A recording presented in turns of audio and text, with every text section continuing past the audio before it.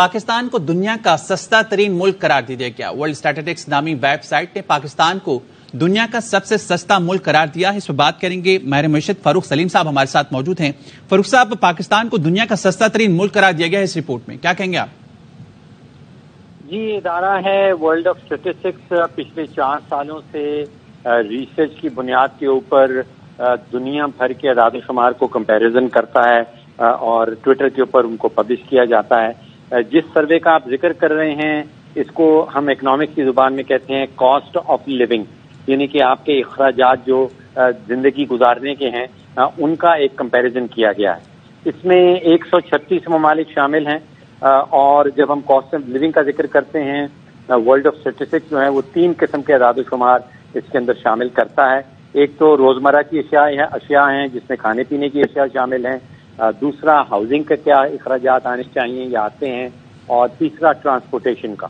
और अगर इन तीनों अदाद शुमार को एक मजमूई आप फिगर दे दें तो वर्ल्ड ऑफ स्टैटिस्टिक्स ने पाकिस्तान को दुनिया का सस्ता तरीन मुल्क जो है वो डिक्लेयर किया है। इसमें कोई शक की बात नहीं कि महंगाई जो है वो एक अलग से एलिमेंट है और वो पाकिस्तान में रहने वाले 24 करोड़ पाकिस्तानी जो हैं वो उसको फेस कर रहे हैं।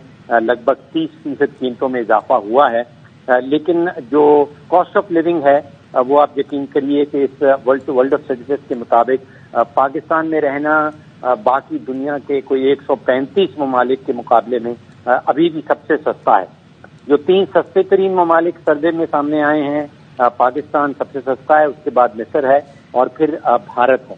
और जो 3 महंगे तरीन ममालिक सर्वे में सामने आए हैं उनमें सिंगापुर, नॉर्वे और स्विट्जरलैंड जो है वो दुनिया का महंगा तरीन मुल्क है। यहाँ पे एक तफरीक जरूर कर लेनी चाहिए।